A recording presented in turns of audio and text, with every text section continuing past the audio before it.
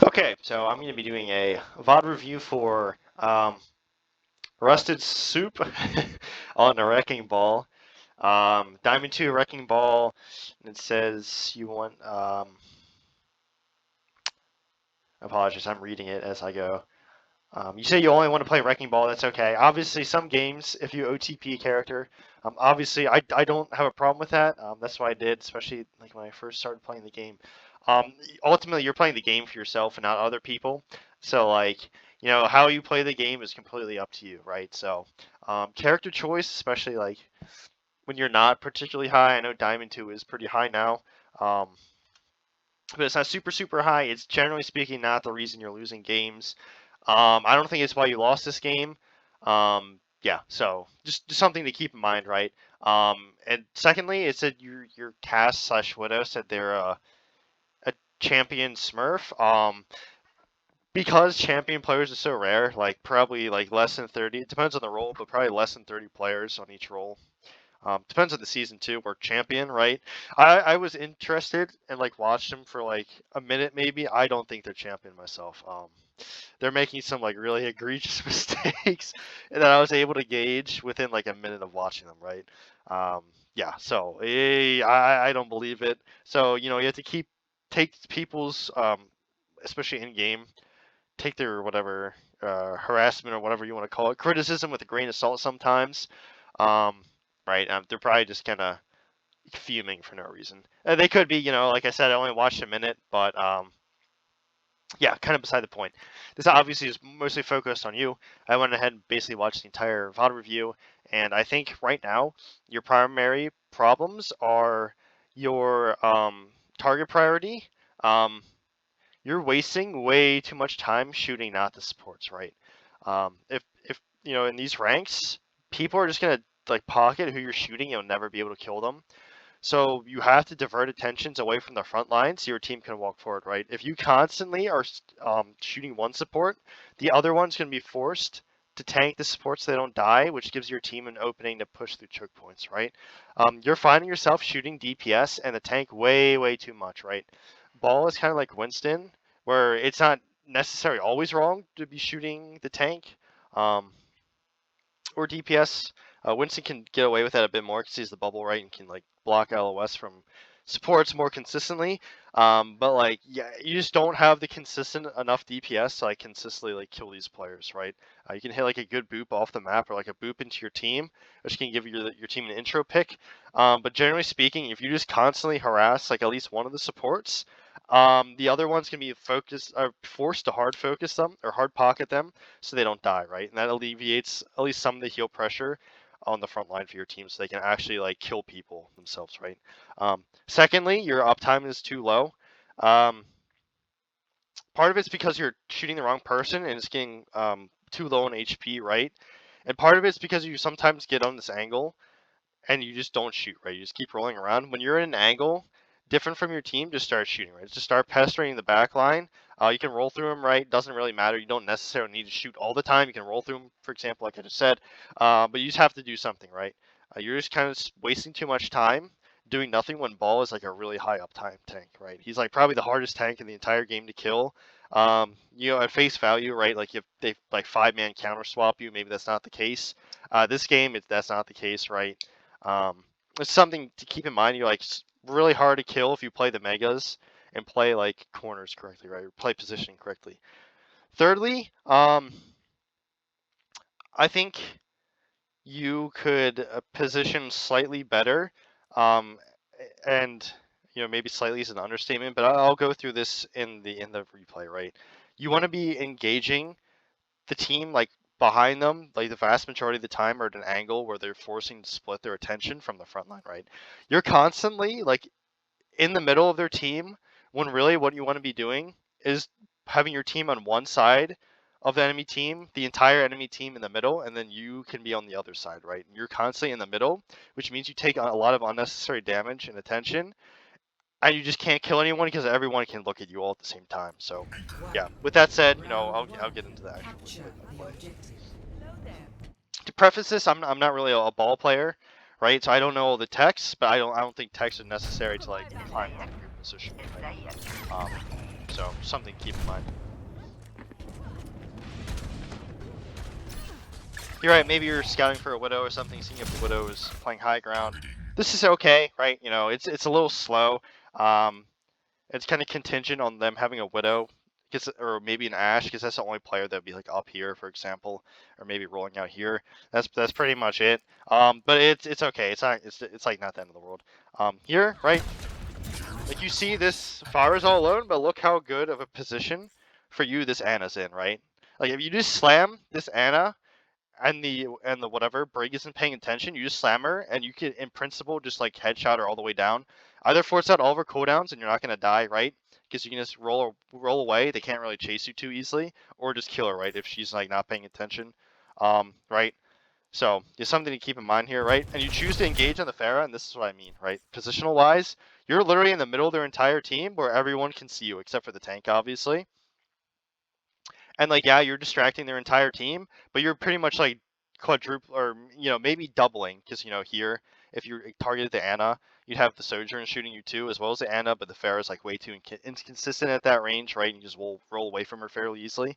You're pretty much doubling the damage you take here for absolutely no reason, right? And the Pharah can just get double pocketed here, which is why it's so important to go after the Ana in this position right here. Not a good position to slam, because the Fire already flew away, right? You literally can't slam her when she's that high in there, right? Again, you're in the middle of 4 players, you just need to get out way sooner. They just burn your shields, right? Because you engage in the middle of their team, and you don't, like, you're not targeting the right player, right? The Pharah is unkillable, because she just did double pocket. And now you can't engage because your shields are all full down, right? You can't hard engage, I should say. So again here, right, there's a much better target. Again, the Brig is LOSing her Ana, and just leaving her Ana all alone, right? This is like happened already twice in what, like 15 seconds of the game. So these are opportunities you could be going for the isolated Ana. Okay, good kill. She really shouldn't have died there. Like, their support's just hard trolled, right? I like don't know why she didn't get packed. I don't know why the Ana was LOSing her. As you can see, like from here, she shouldn't be able to shoot her. Like if she's literally walked to the left. But good kill regardless, right? I'm just trying to emphasize why it's so important to go for the supports, right? And because you I'll mention, because you burn all your resources targeting the Pharah early on, right? Now you can't constantly like pester them as they walk in and actually prevent them from walking in, right? That's an uptime issue. When you like make mistakes like that, like it's kind of a cascading effect. One mistake will just kind of limit the options you have in the future. Again, right? You already had a target in the Brig. Why not just literally stand here and keep shooting her, right? Like you're basically not killable by this comp because they only have 1 stun, right? I mean, they just swapped the Tracer, but the Tracer, you killed the whatever, the Sojourn to make her swap, so she's like not in position to actually punish you yet, right? So.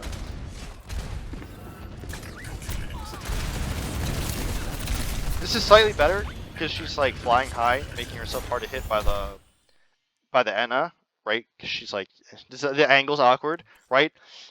But you're still fighting this 1v1 where she can get tanked, right? And you're also engaging in front of their LOS, right? So you're making yourself really easy to shoot out before you can actually like hard commit for picks, right? Here you should probably just be rolling into the Tracer to like set up like an easier shot, right? Again, you don't want to ever almost ever be doing this ball, right? Like you're just, when you shoot the enemy tank, it's basically a waste of time, like 9 times out of 10.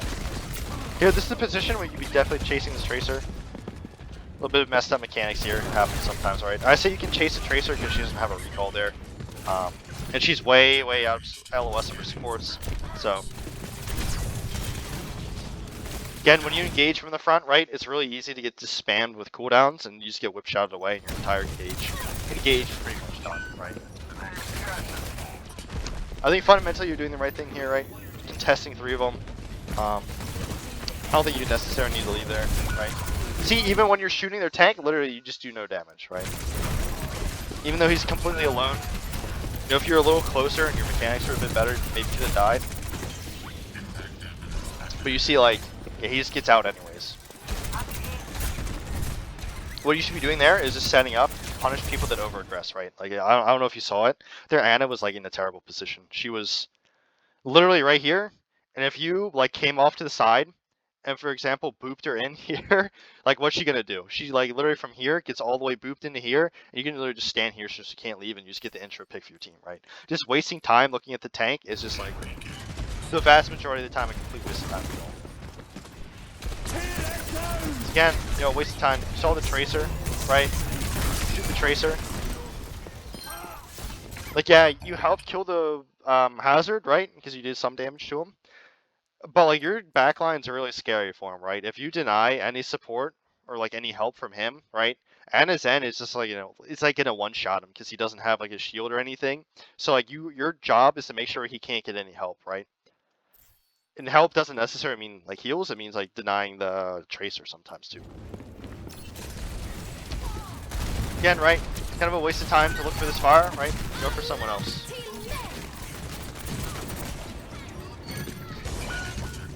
Right? Ana's all alone. I know you kind of want to play point, but in this position, right? Instead of looking at the nano or rallied Brig, just walk here and just force the Brig to, like, hard tank the Ana so she can't do anything else, right?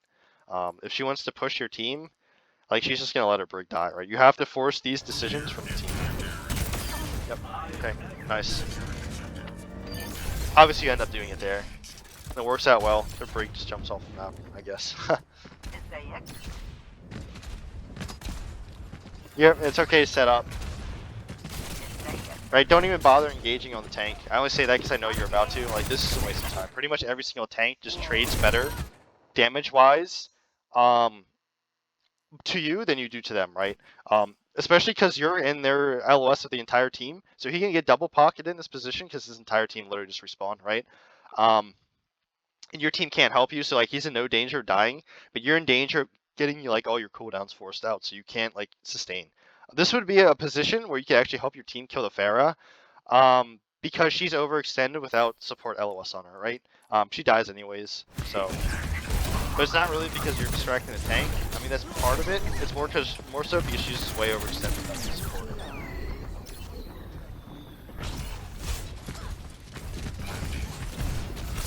Saying a little too early, you know, you should be. I get the premise, but, like, you should be looking before you slam, I guess, right? Scouting a bit better. Here, right? No reason to, like, go back to this guy, right?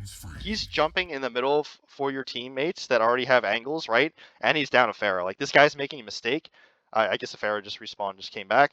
Your job is to make sure these people don't walk through the choke for free and actually help them, right? Because if he just jumps in the middle of your team and they all have angles, he's going to die. Your team dies because your team or their team takes angles on your teams and, like, helps the guy get value, right? We're kind of uptime here, right? You've already been shooting. Coming back for the guys, okay, right?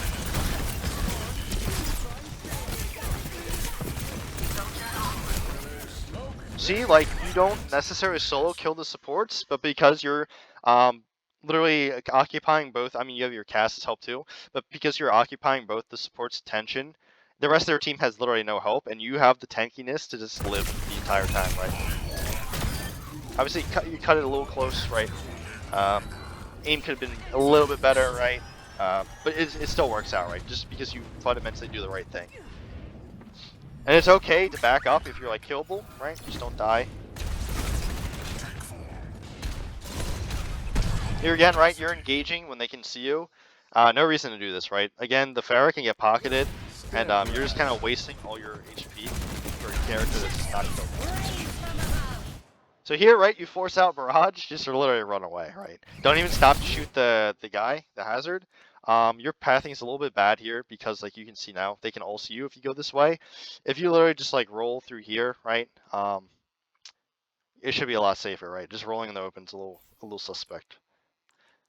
And also, if you just didn't even shoot the hazard there, you probably would not have died. A little unfortunate, right? If you just got out a little sooner and just didn't shoot the hazard, your pathing is a little better, you wouldn't have died there.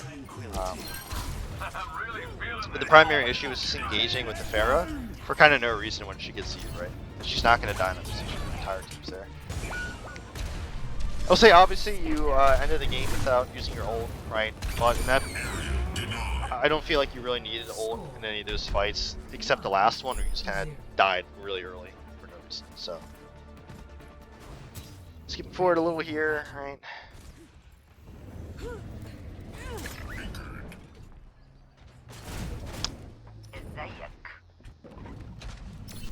All in all, first round, I don't think your uptime is like too bad. I think it's a lot worse this round.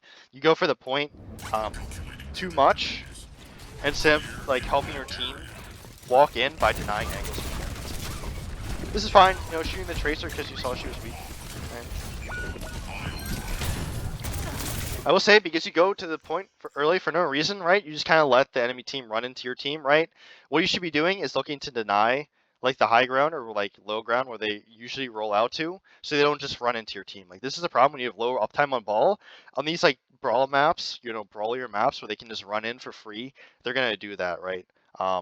So either, you know, you could like literally set up here, you have a lot of options. You could either like immediately try to contest an off angle like here, for example, right? So, you know, maybe if you didn't mess up the rollout, it would have been a little bit better, right? But you know, there are different spaces you can occupy earlier on if they're kind of like just running into your team, right? Just kind of wasting time going all the way to point is maybe not like the best idea.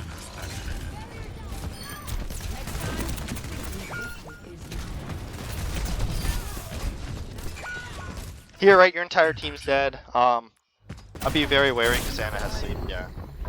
She probably should be able to live though. Get healed. As ball, just grab the mega, right? I know you're trying to help your Zen get ultimate charge, but it's more important for you just to have always high uptime. Like you constantly influencing the fight is more valuable than giving your Zen like 10x or 5 to 10 extra ult charge, right? It's okay to fight point now. Here, in this position. Once you see this guy, yeah, just go away. He's discorded. Well, unfortunate. You just overstay your welcome. Once the tank shows up, you just can't fight that anymore, right? It's at the very least, it's a 1v2, and you're just already getting chipped down by the Tracer. It's a nice boop on the guy, but like Tracer can chase you down, right? Tracer's a character that can punish you pretty easily, so if you overstay your welcome against Tracer, she's just gonna run after you, right? And taking 2v1s is not what you want to do.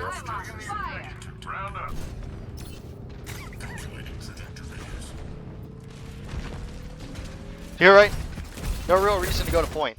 If their tank goes point, you can't win that. What you should be doing is stopping the rest of his team from taking angles again. Like, you're probably sick of hearing this, right? But you win not by taking the brawl fight, but like just denying all of his. See, like, I mean, obviously you're missing the boops and whatever, but even if you hit all the boops, like, he probably is not even gonna die there still. Because your team's not even shooting him. Right here, right? Stop going on point, right? They're better targets. Like, their Anna's dead, right? So, and they're on Lucio, so they have like really bad heals. This is a position where you can actually like hard focus the DPS because it's really hard for Lucio to solo pocket them, right? It's kind of rolling around point doing nothing. Almost died there, right? I would say it's because you don't chase kills here, right? Because you cap point and kill their Anna, your Sojourn ends up dying for it. Probably mess up your mechanics a little here, right? Probably meant to move the Lucio and get him. It's alright. It happens sometimes.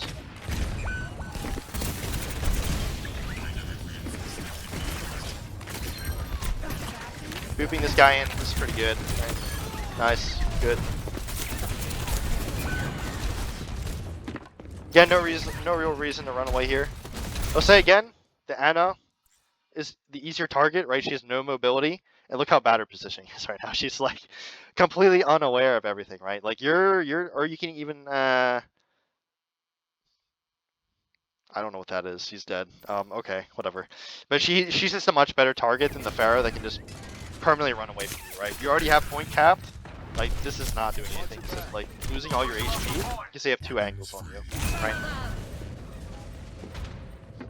Obviously, at least you get out Barrage, but I'm sure if you're just going after the Anna to begin with, right? Even if you give up cap to the Pharah there, like, you just kill the Anna and then just go kill the Pharah afterwards and cap afterwards because she has no support. So, like, yeah. It's kind of a chain of command.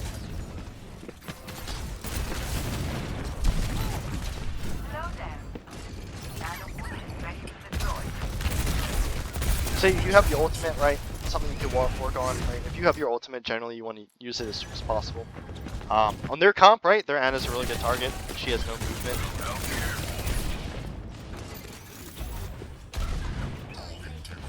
Right, this is a position where you can just start rolling, right? No reason to be looking around for the Pharah. You can't do enough damage. I get you're trying to force them to point, but their tank doesn't have to leave, right? Because they have a tracer that can perma mark you on point. All you're doing is basically letting them hold the front line because they can just double tank their tank, and you're trading your team's tank for their team's DPS, which is like always in their favor, right? Again, I wouldn't recommend wasting cooldowns on Tracer because she's like obviously very easy for her to dodge. If you notice now, right, their Ana has been like completely split and alone this entire game, right? If you're shooting her at all with your DPS, she just dies. Like every single fight. Right? Wasted time to shoot the nano guy, even if he's discorded, he's just not gonna die.